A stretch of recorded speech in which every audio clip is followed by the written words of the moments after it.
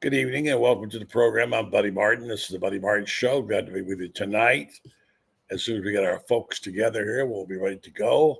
Stand by while we gather the people in. Shane Matthews will be joining us shortly, along with our others. So let's go right to the hotline right now and see if we can find Shane there. I believe he's there. He's watching that North Dakota Montana State game. I know. I watched it myself. Let's say good evening to the QB himself, Shane Matthews. Shane, how you doing? Hello, buddy. How are you? Doing all right. You watching that small college game? Yeah, I'm a big fan of FCS football. Kind of an upset going on right now. Yeah. I've been watching in North Dakota State, who lost 2 games during the year, and the better team, Montana State, who's undefeated. But I got to give them credit, boy. The Bisons, are they? They're taking it to them, aren't they? Yeah, right now, 21-10. Yeah, good stuff going on there. So, all right, Shane. Well, we'll try to gather our thoughts here in a minute, see if we can get our show started. In fact, let's just start without an open, the best open in show business, and we will. Wait a minute. Let's go. I got it right here in front of me. A lot of things to talk about, including basketball, Shane, a big basketball weekend, and a really good season for pro football. Really good week. I thought they carried the weekend. So I want to get your thoughts on all that stuff and those red hot Tampa Bay Buccaneers and the great quarterback play we saw there. So stand by while we go get the open, and we'll be back with Shane Matthews on the Buddy Martin Show. It's Meldon Law Monday. What can be better than that? Shane and Meldon, what the heck? You can catch them, by the way, every morning during the week, bright and early on Pot Up with Matthews show, which is the dominant show. The dominant show, even better than this one. Stand by. Yes, it's time again for Buddy Martin. Call him up and tell him what you're thinking. But be kind because he's doing the best he can. Better, stronger, faster. Mama says that alligators are ornery because they got all them teeth but no toothbrush. Hey, what if the voice calls while you're gone? Take a message. Bye. You ready, champ? I'm ready for this my whole life. I'm incapable of small talk. But that's why you love me, right? Kind of intimidating to be in the presence of so many great athletes.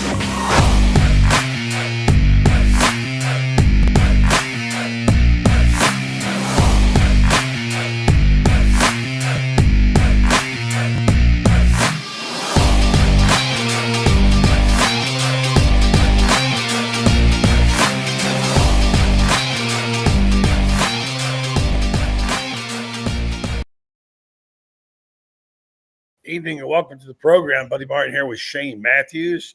I can't believe it. We're down to this now. We've had our last regular season pro game and our last college game, as a matter of fact, except for the playoffs. And we got 2 more of those this week. And Shane, how's it all shaking out? It was a good weekend for pro football.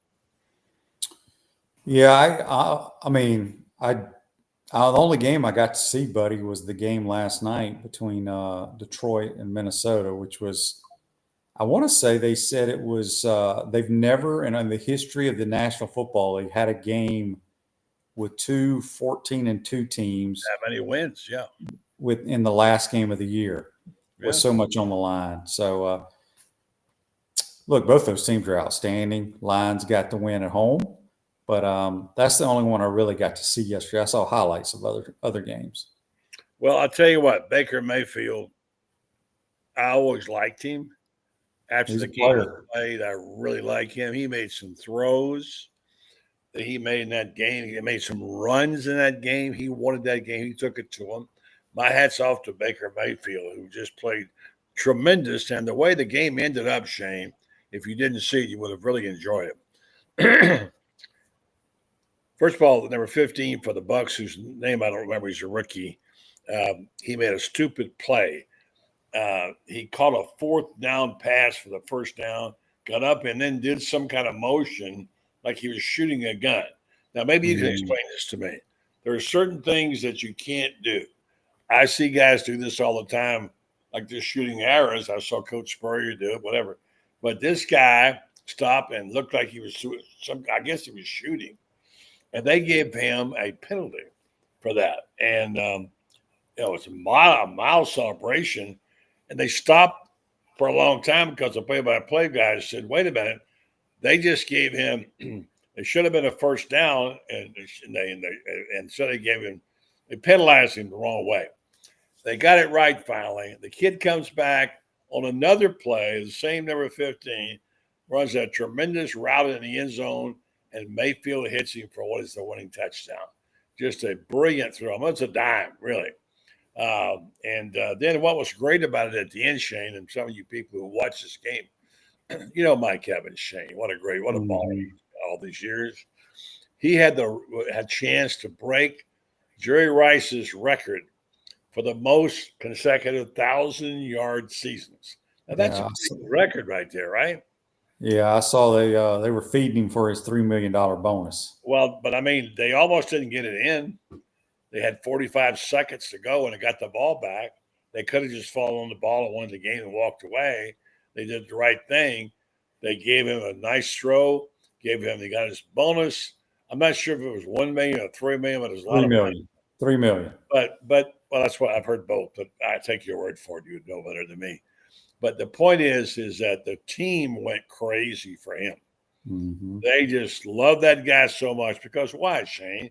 He puts it out there on the line every week, and he is a money guy. And it would have been a shame to have that, have that happen, especially since Saquon Barkley had elected not to play to go for the record there.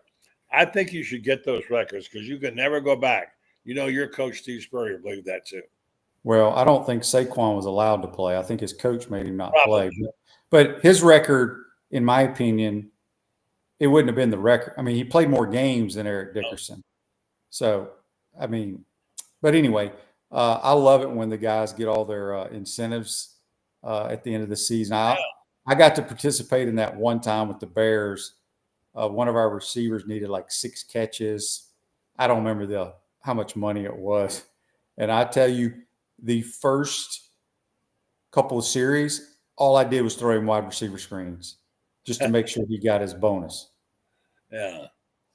Yeah. Well, you want to get your guys, right? Especially guys like Evans. I mean, how much more of a team player could you be than Mike Evans? He's been sensational.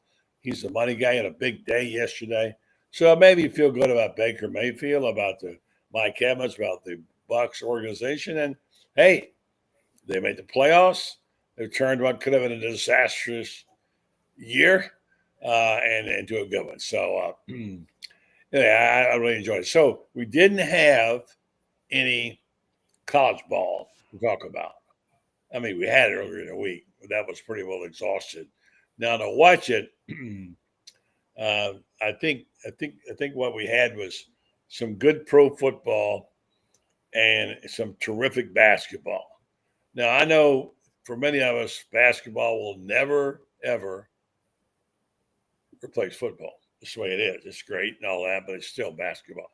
But by the way, I think the basketball game they played on the weekend was a high-level game. People talked about it all over the networks. What a high-level game, 106-100 final. A winnable game. Shane, have you ever seen so many wide swings like that? 10 points by one team, 11 points by one team. Crazy. Well, buddy, this is another, when the Gators play during the day on a weekend, I ain't going to be able to watch them. I'm on the golf course. So, well, Shane, you got something called a DVR, okay? Well, if I know the outcome, I don't want to watch it. Oh, don't get the outcome. It's your job, Shane. Well, there's too many people in my golf group that talk and check scores. You got a job to serve us. You're our guy. Well, you got to tell us what went on. Speak with expertise. Yeah. I'll watch the game tomorrow night, though. I can promise you that.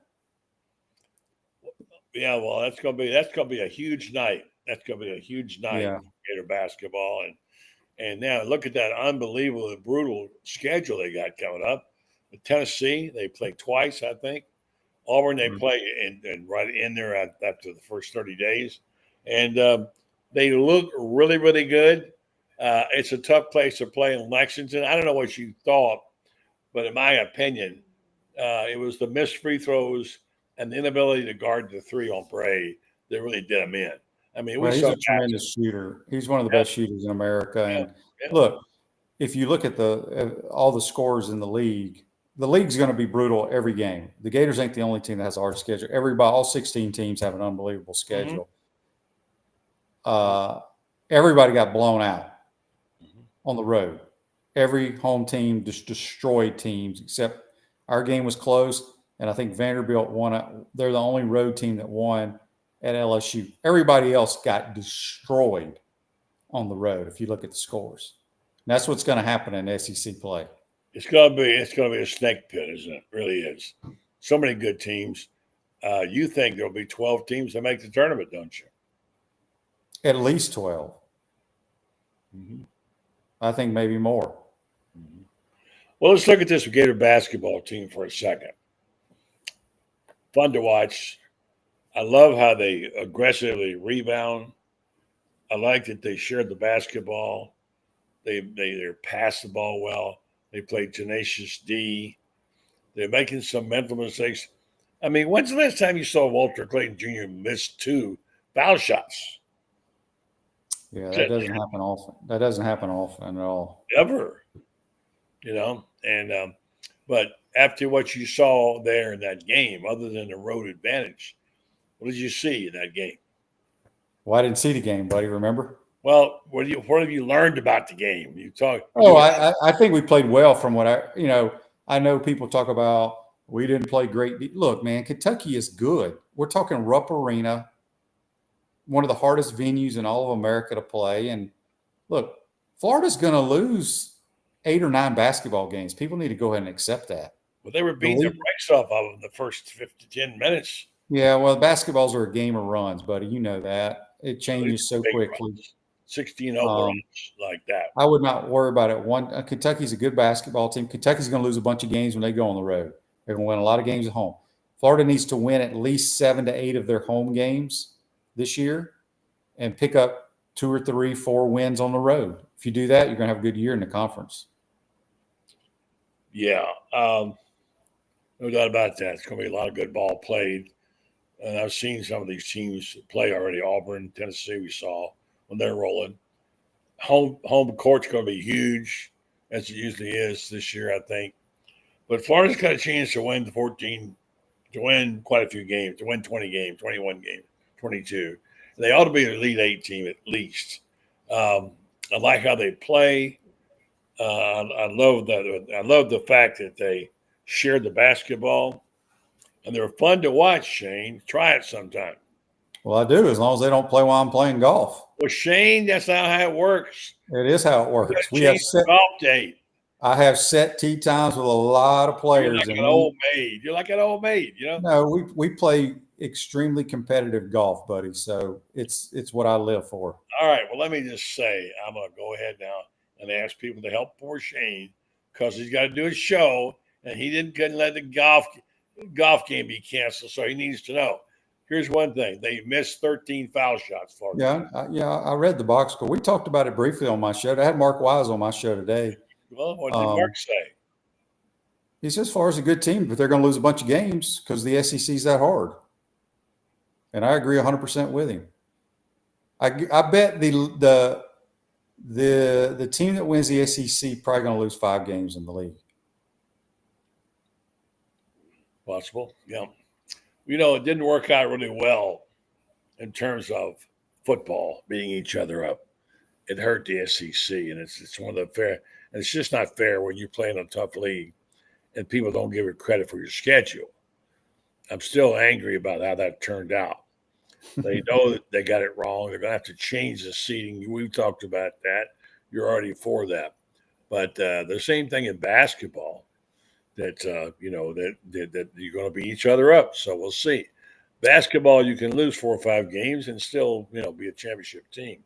Football, obviously, can't do that. So, all right. So real quick before we go to break here on this Meldon Law Monday, coaches fired today. Anything surprise you? Doug Peterson seems to me was a good football coach 2 years ago. Now he went to trash and he got fired. Yeah, I like Doug Peterson. I thought he was a really good play caller. I haven't figured out why he let Press Taylor call plays the last couple of years. I was a little surprised at Gerard Mayo getting fired after 1 year in New England. Well, Robert Kraft took the blame for that. He said he wasn't ready, and he didn't give him a chance to get ready. He didn't have enough experience. Well, he's the one that hired him. I know, but he took the blame. Yeah. And I'm sure there'll be some others possibly. Balky didn't get fired though. That's the thing about it in Jacksonville, but Peterson did. So I don't understand that sometimes. But that all works out. Any other rumors about coaches that you've heard that are good and juicy?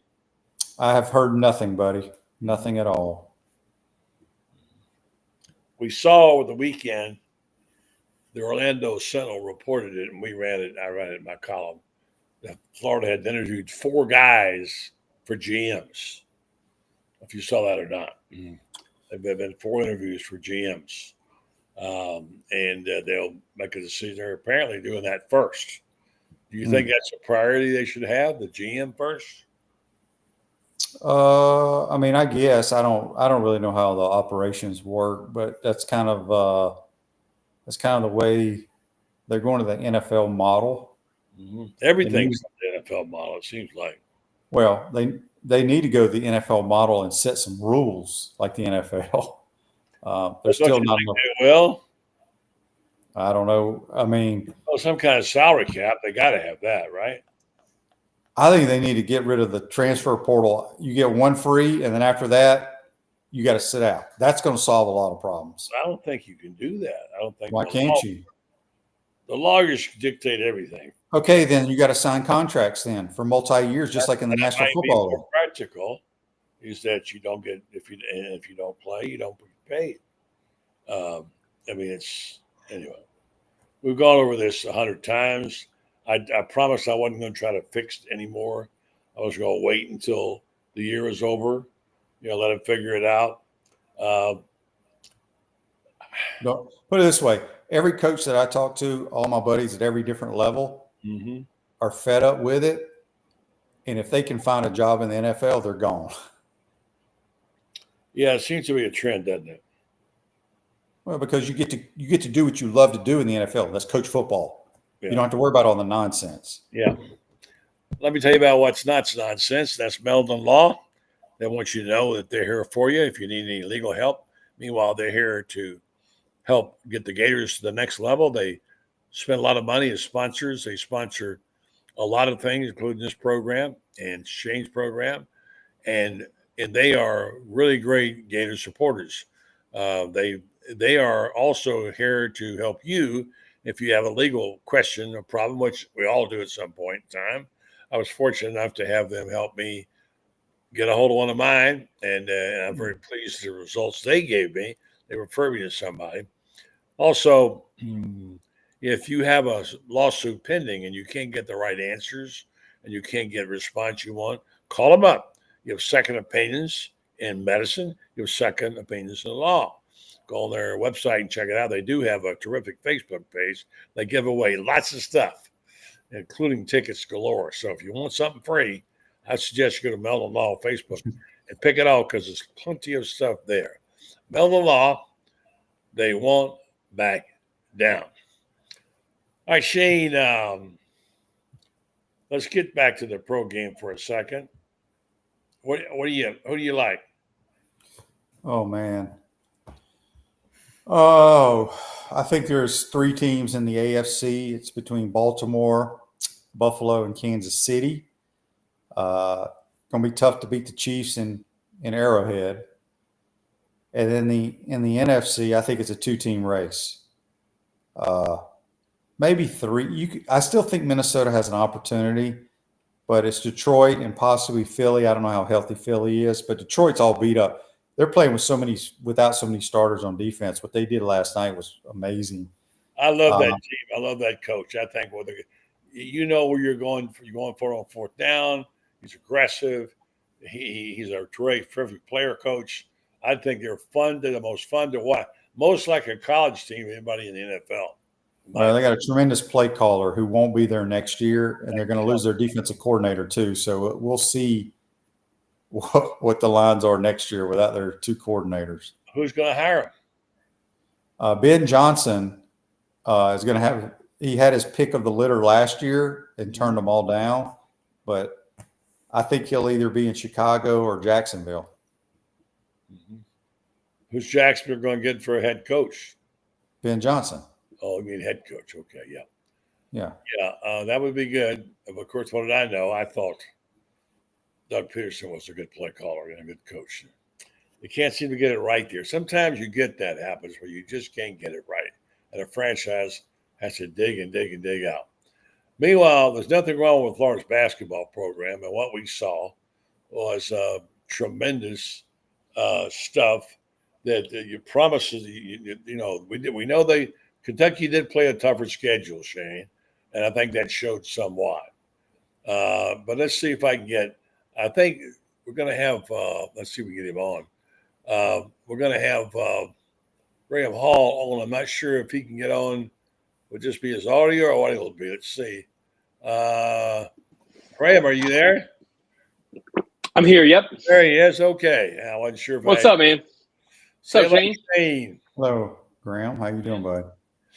All right. So we're talking about hoops and basketball in Florida at Rupp and the rough time they had. They got that run, that 6-0 run, and Florida missing foul shots. What's the thing you took away from that game that you think Florida could have done better besides cover Bray and the three?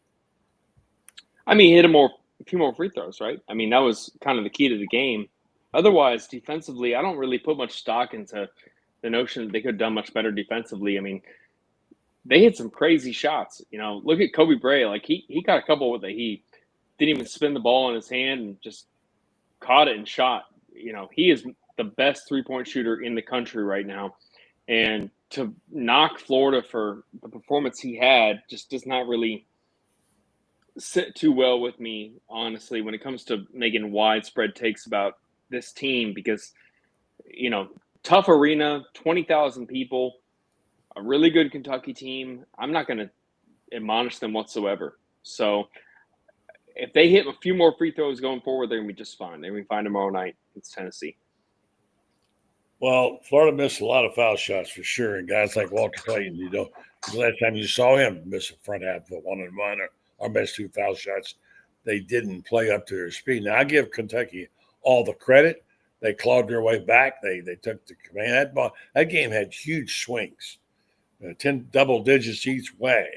It was really good basketball and fun to watch. I think maybe Kentucky was a little more seasoned. I played a little tougher competition. I'm not sure, but there's nothing wrong with the way Todd Golden's team played. They're 106-100 loss. I think that game in Jack Tech, maybe Florida won that game. What do you think? I think quite so. I mean, I think that the way Kentucky played was excellent. They adjusted well after 8 minutes. They clogged the front court extremely well when Ruben Chinyelu had a really good game. They were able to, capitalize on cutting off Florida's ball screen defense consistently and make plays around the rim. This is a team that is going to go very, very far. Give Mark Pope a lot of credit. I don't think that we should really be looking at it as a huge negative for Florida. You go on the road against Kentucky in any year, you come down to being a 2-possession game. It's huge for me in my mind. I mean, this is a team that is well suited. They don't really have too many deficiencies. The front court is going to get better as the season goes along. You got 2 sophomores in there, and Ruben Chinyelu and Alex Condon, who are, I think, really, really good players who are going to have a chance to play in the pros. And you look at the front court, they did everything they could. Look at the offensive rebounding. The way that they were able to rebound the ball is going to translate well to the rest of the games in SEC play. Elijah Martin had a really good second half. Walter Clayton had his season high there.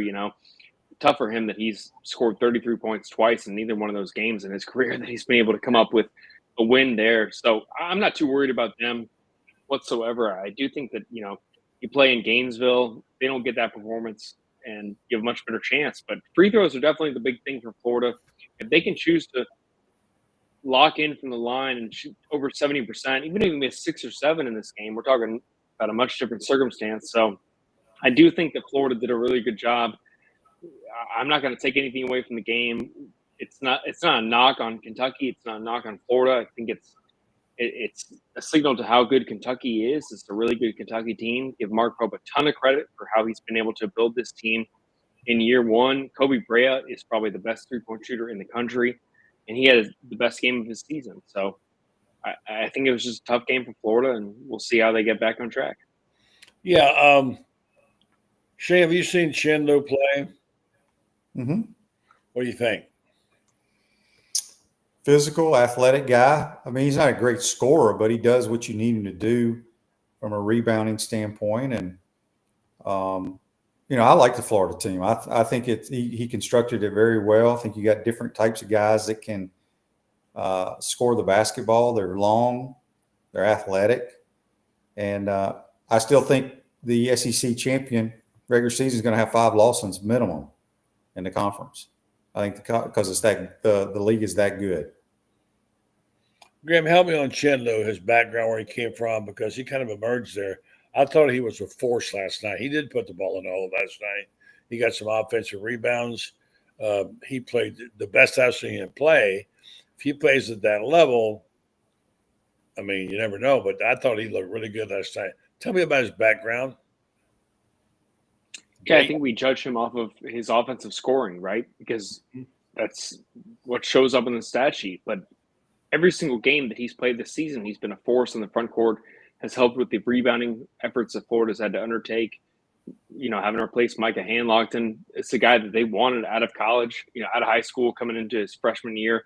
He goes to Washington State, has a really good year at Washington State, even though he was kind of limited in his opportunities. Was a guy who came off the bench, but you look at his rebounding numbers, he was one of the best in the country here. So I do think that this is a guy that has a huge ceiling moving forward. So I do think that if you can get a plus out of him on the offensive side, you're better off than you would have expected to be. So the fact that they got that performance from him and then still were unable to win, I think is a little bit more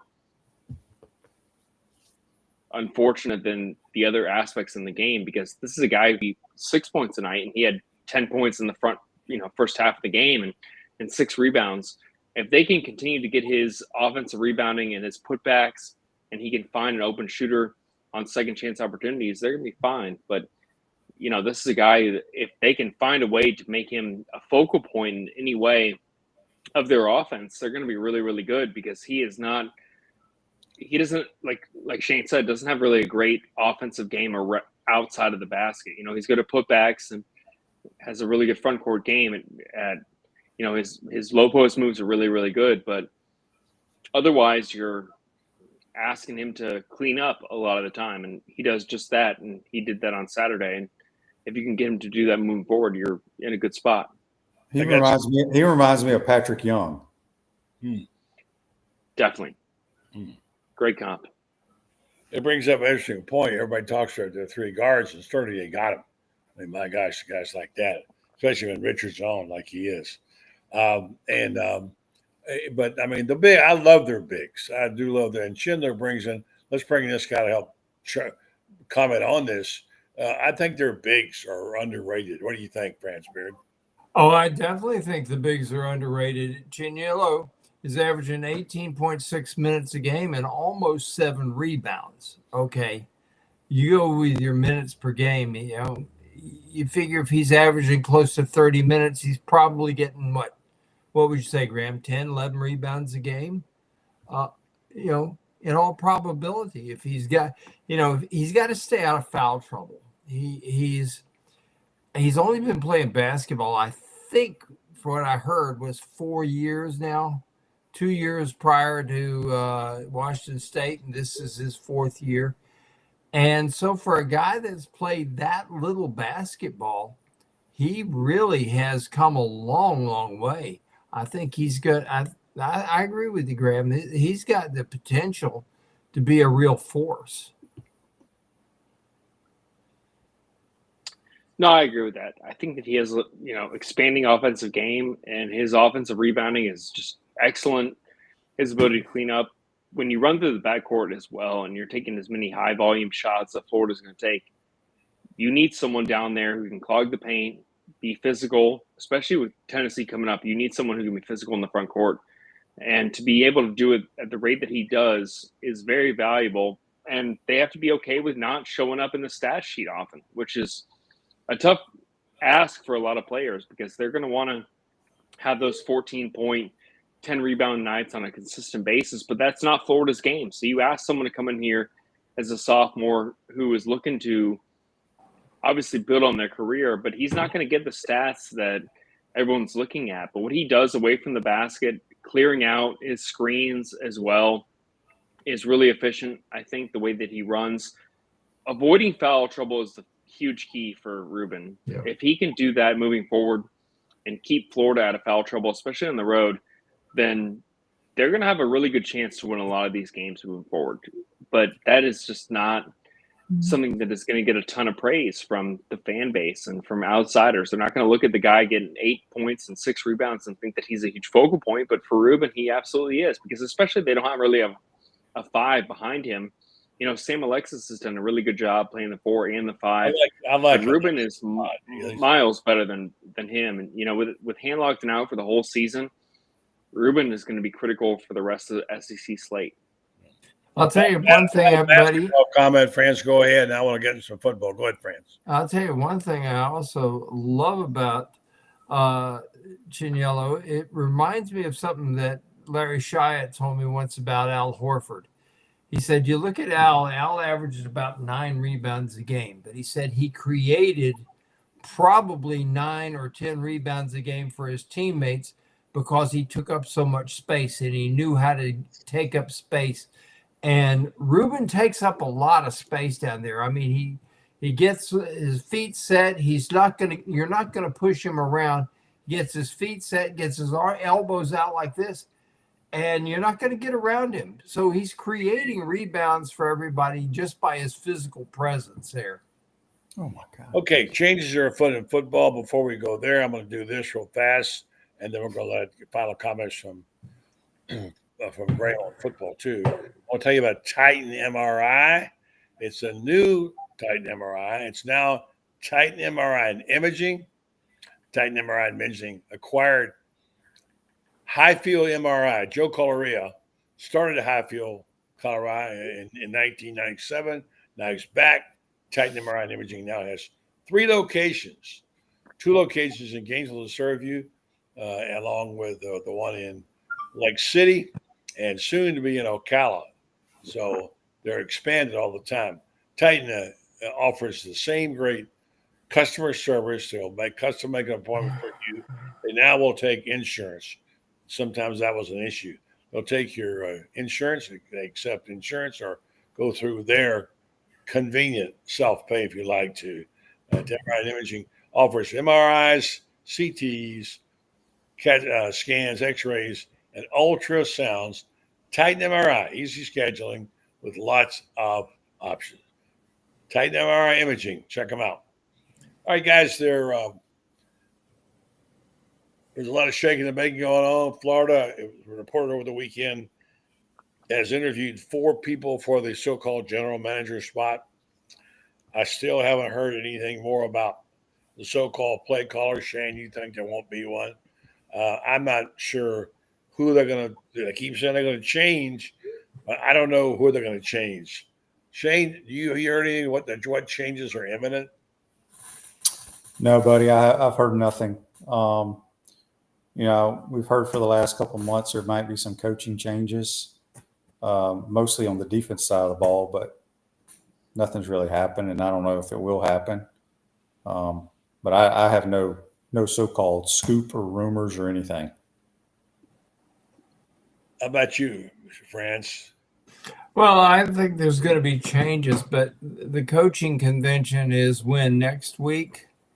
And it's usually I think you're right, because it's usually it ends like the night of the national championship game usually. So yeah. I think the coaching convention is usually, if there's going to be movement, it's usually right around that area. I still hear that that they've got a couple coaches who have NFL feelers out there. And the NFL season just ended yesterday too, so that's going to factor in this thing as well.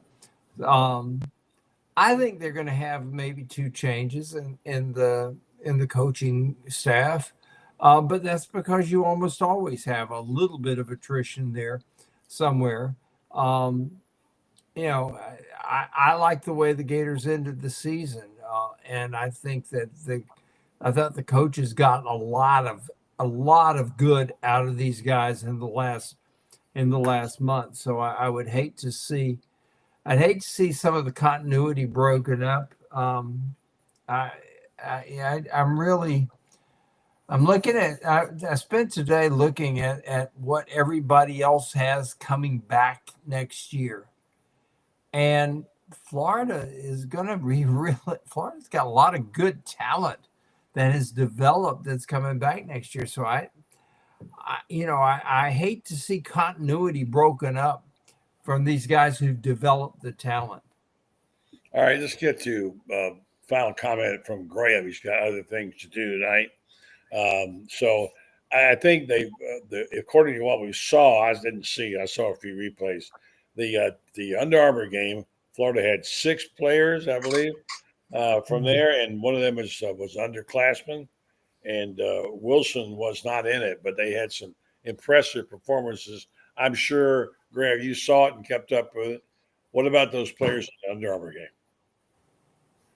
Yeah, I mean, the wide receiver class that Florida signed is one of the best in the country. I think that you look at Vernell Brown, Nashawn Montgomery is just completely underrated. Looking at his film and how he performed, I mean, this is a guy who should be top 10 in the country in my mind in the class. And the fact that he was able to go out there and compete against some of the best DBs and excelled only furthered that notion. So this is a great class. Will Griffin also being the first year that a junior can compete is really interesting. The fact that he gets to go against some guys who are older and acclaimed. And I thought he held his own. He could have done a few things better, but a guy who was seemingly motivated to be locked in this class moving forward.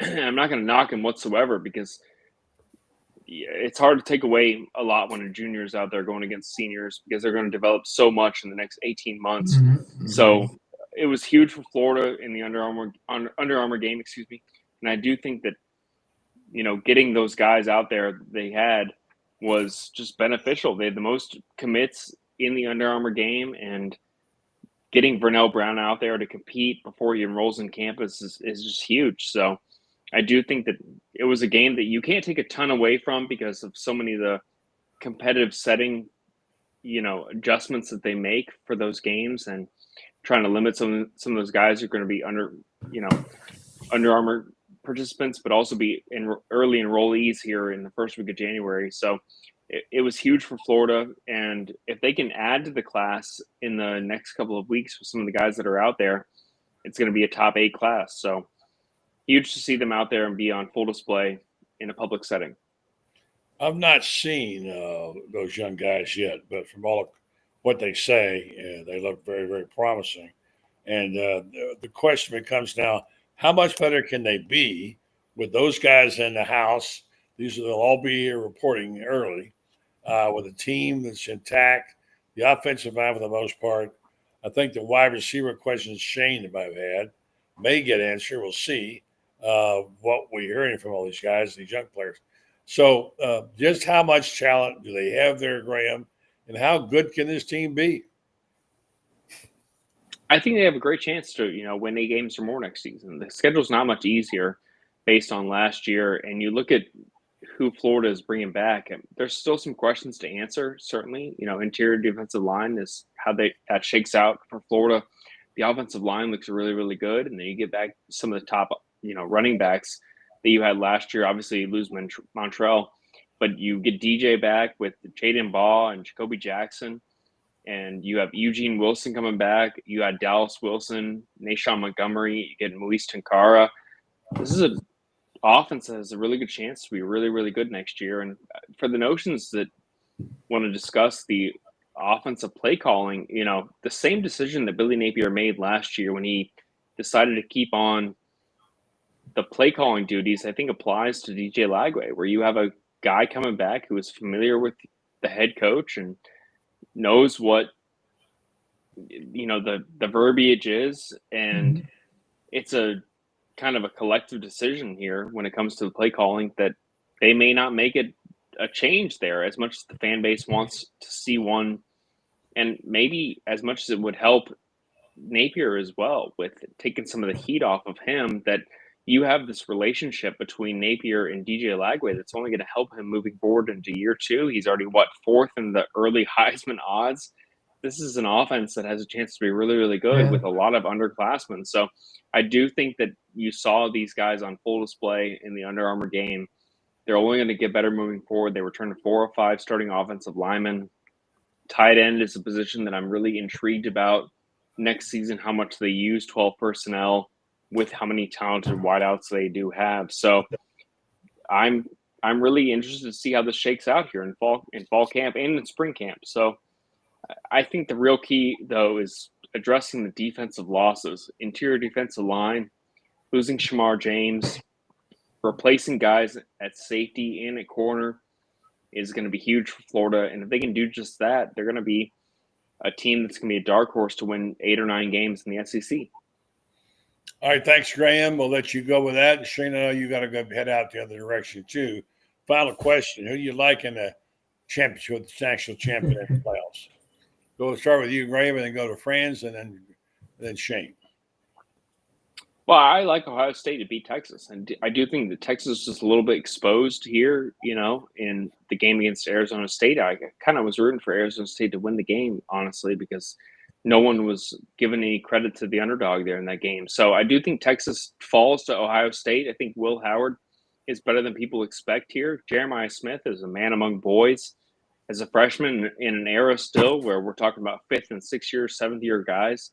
So I think that Ohio State wins the game. It's not going to be like Michigan whatsoever. I do think they win the game by double digits here. And I do think Notre Dame beats Penn State, which I think is one someone doesn't, not many people expect to happen. There's a lot of disrespect that's been given to Notre Dame basically since that Northern Illinois loss. So I do think that they run the table, beat Penn State by double digits, even though Penn State, I think, has the best backfield remaining of any team in the country, and we know how critical that is. So I'm going Ohio State versus Notre Dame in the national championship, and I think that Ohio State wins it all. Well, Shane, the SEC can still keep its supremacy if Texas wins the championship. I mean, they're 14. Yeah, 2000. I think whoever wins Ohio State, Texas will win it all. I think those two teams. I still don't think Quinn Ewers is healthy. I don't care what anybody tells me. He has not looked right the last 5 or 6 games. They got the 2 best offenses between Notre Dame and Penn State. It's kind of just plod along. So I think whoever wins Ohio State, which I think they will beat Texas, I think they'll win the national title. Franz, you can hold yours. We're going to have another person in a minute. We'll do them all together. Stay tomorrow morning. We've got a big show, Pot Up with Matthews. Some superstar guy is going to be a guest on Shane's show tomorrow. Who is that, Shane? Well, I got to boost my ratings. It's the late night talk show, buddy. Martin. All right. I'll be on your show tomorrow, so don't miss it. Shane, thank you. Graham, it's great to see you again, brother. And come back again soon, all right? Always. Let me know. See you tomorrow night, Graham. Yeah. Yes, sir. Big night at Hoops du jour. Yeah. All right, guys, take care. We got Kevin Bruckway standing by. He'll be joining us momentarily. And Franz, if you'd like to go ahead and give your pick now, go ahead, and I'll bring Kevin in with that. All right. I think Ohio State has the best shot at it because they can run the football. I mean, Quinshon Judkins and Travion Henderson give them the ability to run the football. And, it's still a game about blocking and tackling. If the teams that run the ball successfully typically win games. Texas, when they're running well, they looked, first game in this tournament, they looked like they could run it on anybody. And then against Arizona State, they plodded along. Ohio State's been the most consistent team so far. I think they win that game. I like Penn State to beat Notre Dame. And I'll tell you why. I think Penn State has the best player in that remaining in this kid, Tyler Warren, who can do everything. I mean, you talk about the Swiss Army knife. They've lined him up doing everything. He's run fake punts. He's thrown the ball. He's caught the ball. He's run jet sweeps. You name it. This guy's done it. And I just, games like this are games when the best play, if your best player shows up, you usually win. And I think this is a game that Tyler Warren is going to show up. And I think we're going to have Penn State and Ohio State in a rematch for the national championship. And we're going to have to, SEC people, we're going to have to hear it for a whole year about the mighty SEC couldn't handle the two best teams, two of the three best teams, all from the Big Ten. Well, I think Notre Dame is going to all want to worry about that. Good evening to Kevin Brockway. What's up, Kev? Notre Dame, huh? You know what would be fascinating about that one? Notre Dame in the Orange Bowl. You know who Notre Dame's defensive coordinator is? Yeah, it's formerly in Florida. Al Golden, former Miami coach, who's a Broyles Award finalist. Think of a Miami angle, Kevin. That would be fascinating. The Miami fans that called him Al Folden for all those years would come back and lead them to a playoff win. Alabama fans are still mad at Al Golden, so but he's done a great job where he is. And I think their coaching staff is pretty darn good. I think they've done a great job of preparing their team. And I like, hey guys, here's one for you. We talk about the transfer portal. Can you name the three teams who've lost the most players in the transfer portal in the SEC? I think Florida's one of them, right? No, Florida's not anywhere close. Well, they're not in the top half. I would say Arkansas. Arkansas is number one. Texas A&M. They're in there. Yeah, top three, but they're before. And I think Missouri's in there as well. It's Mississippi State. Yeah. Oh, I thought you were talking about football teams. I'm sorry. I didn't know we were going to talk about Mississippi State. Yeah, losing teams. Anyway, so that's it. Who has got the? I don't know what this is. What this logo is? They got the logos WI. Who's that? That's Wisconsin. No, this is all SEC teams. Well, poor Jeff Lebby at Mississippi State. I mean, that's a school that doesn't have much resources for NIL. They're bound to get poached until they figure that out. Florida's lost 17, and along with Ole Miss, and they're in the middle of the pack. LSU's lost more. Tennessee's lost more. Auburn's lost more. Kentucky, A&M's lost more. State, etc. So not too terrible, but who's lost the least? The Texas Longhorns with 9. Georgia's lost 11, and both Missouri and South Carolina have lost only 14. So there you go. All right, Saz, we got you both on the hoop. What's going on here? We talked about this earlier. I know I don't believe in impressive losses, but that's a game Florida had in hand and was dominating. So just dominating in the early on. You kind of knew Kentucky would come back. That's a huge shift to be up by 11 and suddenly be down by 10. And I don't think the officiating was even.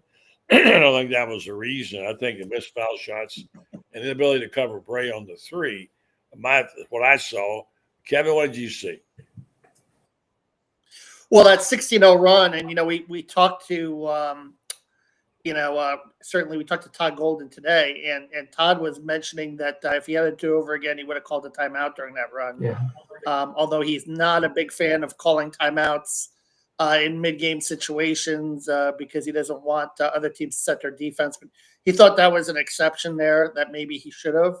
I thought at the end of the first half, too, those two kind of loud turnovers that Walter Clayton had, it could have been a 4.6 point game. That's a 10-point game, and you're you're playing uphill a little bit in the second half. And as you mentioned, the missed free throws. But, the bottom line is, buddy, this team I thought looked pretty promising defensively in the non-conference schedule, other than, maybe obviously the North Carolina game.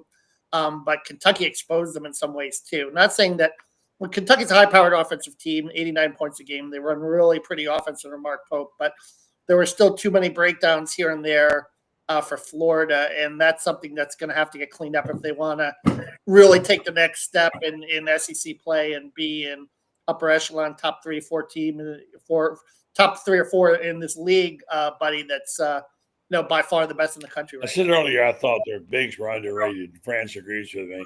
Everybody talks about Florida's 3 great guards, and they are. I think they had 4 guys. I mean, Chindo coming like he did. I think their bigs are.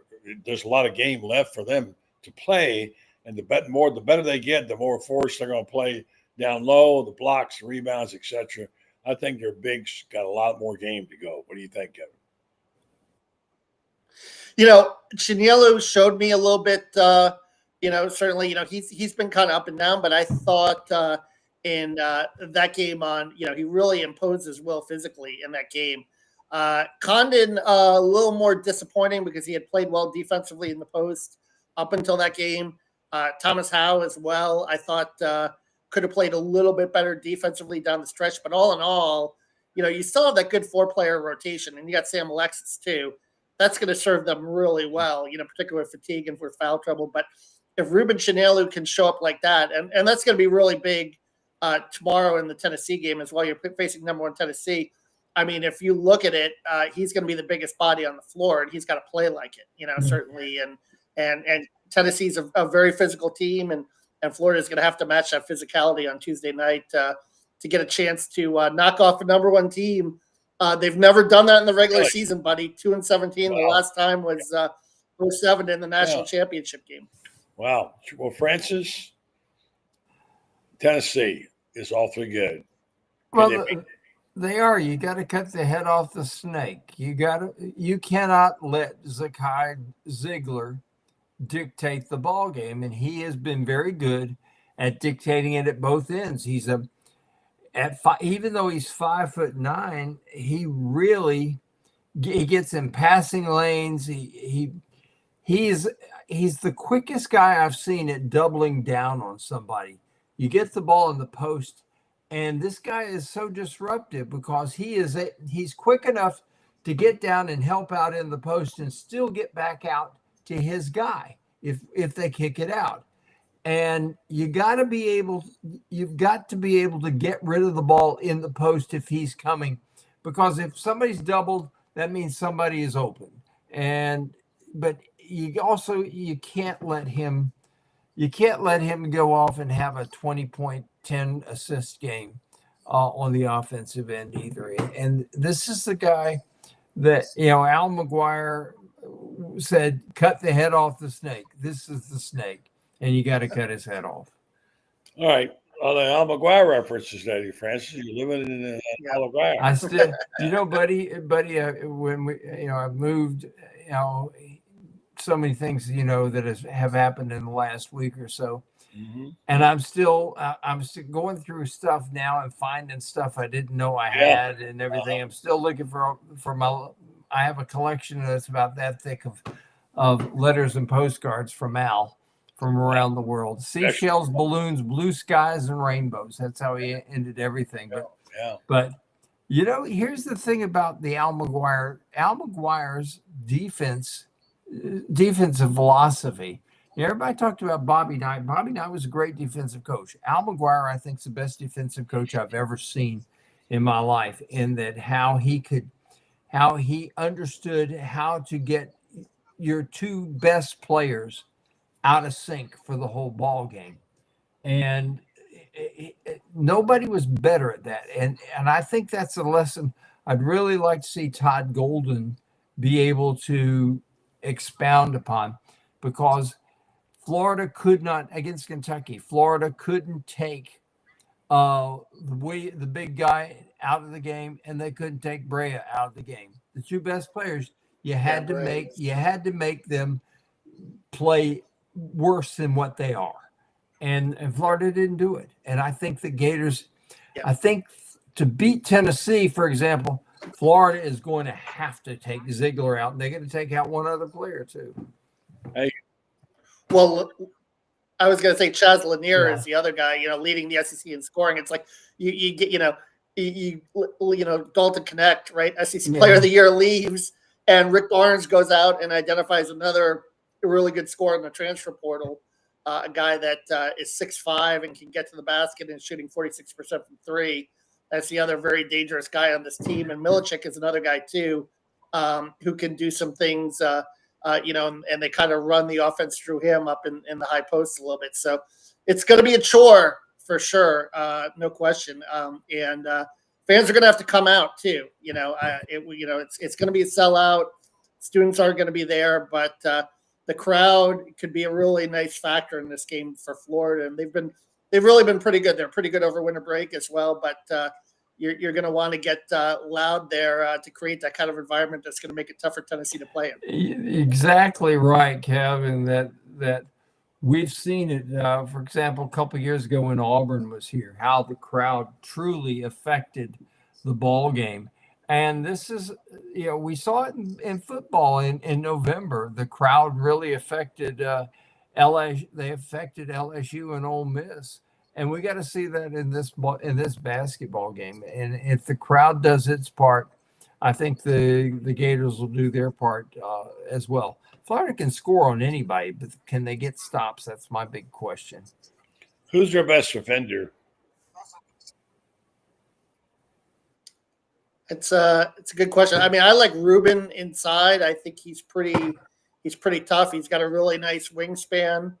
I think that he's certainly up there. I think Will Richard on the perimeter is probably Elijah Martin too. I mean, they're both, I would say 1A and 1B on the perimeter. So I would say probably, those three guys. Aberdeen has his moments too off the bench. So. Yeah, Aberdeen's a Swiss Army knife. Franz, game's on the line. Who do you want to have the ball? Well, I can tell you who's going to have the ball.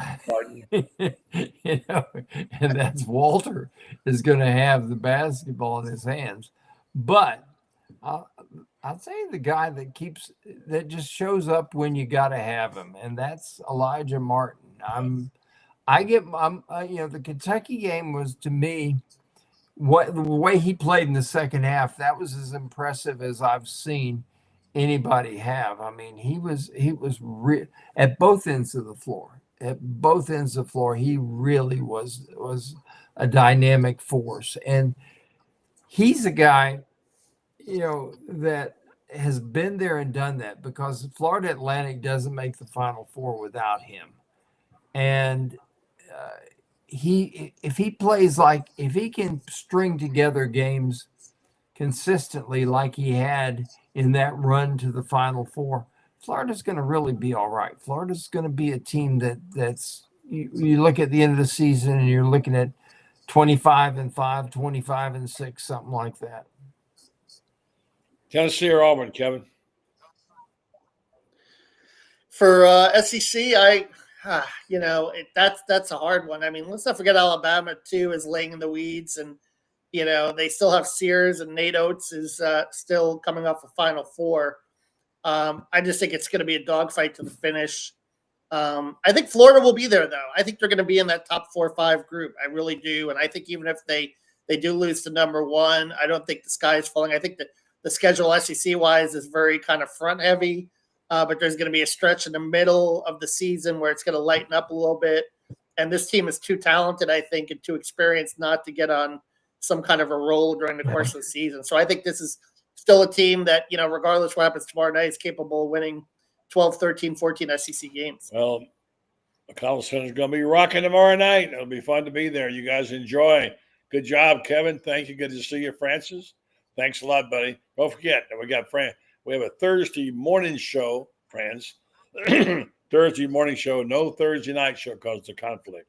So our normal Thursday night show, we'll be joining Rob on SEC Sidelines at 9 o'clock on Thursday morning. So check us out. Thanks. You're going to play football Thursday night? Oh, what a concept. Oh, you see, you already lost your concentration. All All right, friends. Thank you, buddy. It's basketball season, Bud Light. Yeah, I know it is. Thank you, All right, guys. Thanks. Take Appreciate care. it. Have a good one. Thank Bye-bye. you, Kevin. Time for me to tell you now about my friends at Renstar Medical Research. Just a terrific bunch of people. You know, when you get committed people in the community who really, really care for the community and the people, and they show it by their support, and they're always there for the right causes, you certainly learn to value those kind of people. And over the years, I've learned to value the people at Renstar Medical Research in Ocala. Among other things, they're great people. Certainly, Joe Sorrentino and his longtime friend, Mary Brantley, before she married Scott. They went to high school together and they started the business. It's been sensational. They care about you, about your health, about our health as a group. As a result, they want you to pay attention to what they're doing in their clinical research facilities.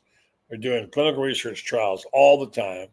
They encourage you to go to their website, Renstar Medical Research, and see what they're doing now. They've always got some worthy clinical research trial going on. You can participate. It doesn't cost you anything. Matter of fact, you get paid. If you get picked, you get paid for your time of travel. And there are these things they do, whether it's something on chickenpox or diphtheria or whatever it might be, data they want to use, and they get it off to the companies that do these prescriptions to get a better feel for what our group is like and our DNA here in North Central Florida. I strongly encourage you, go to renstar.net and find out more about it. Also, speaking of Joe Sorrentino, props to his son, Joey, former Gator defensive back, special teams player, now Dr. Joey. He has the dentistry both in Ocala and the Lady Lake office, big office in Lady Lake with lots of dentists. And I'm going now to the one in Ocala, out on Maricamp, and I will be there in a couple of weeks to have some work done for Joy, and I'm really pleased to be able to do it. I know you do a great job, and so check them out. Marion Dental in Ocala, Dr. Joe Sorrentino, and Renstar Medical Research, all really great people. So thanks to our guest tonight. It's a good group. Hope you enjoyed the show. Football's fading, but we're football 24/7 around here. We're never going to stop talking about football and other sports as they come in, of course. We've got lots of them still going on. We thank you for participating in the show tonight, for your messages and all the things that you do. Have a great one, and thanks. Yes, it's time again